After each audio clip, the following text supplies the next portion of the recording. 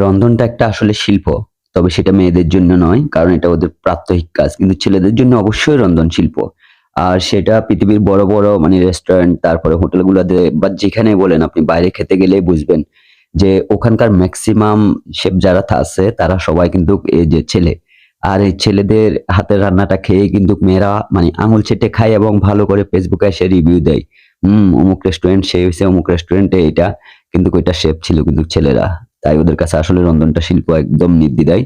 তো আমি ভাই এত রন্ধন শিল্পী-টিল্পী না। আ অনেক আগে থেকেই কলেজ, চাকরি জীবনে ঠেকায় পইড়া রানতে, রানতে খাইছিলাম। তবে এক্ষেত্রে আমি সবসময় শর্টকাটটাই ব্যবহার করি। আজকেও তার ব্যতিক্রম না। ছোট্ট করে একটা ডিম আর যদি ফ্রিজে কিছু থাকে সেটা সাবার করাই আমার ১ম কাজ।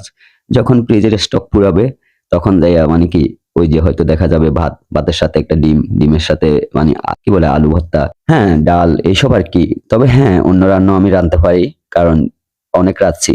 যখন বাসায় কেউ থাকতো না তখন ১ মাস এর বেশি সময়ও রাঁধতাম। তারপর কলেজ লাইফে তো অবশ্যই। আর জব লাইফে অনেক রান্না করে খাইছি। জব লাইফে আমি মেক্সিমাম রান্না করে খাইছি। তো সে দেখেন আজকে ঘরে কেউ নাই আমার ফ্যামিলির সবাই মেয়ে অসুস্থতার কারণে আছে, বাইরে আছে। তো যার কারণে রাঁধতে বসলাম।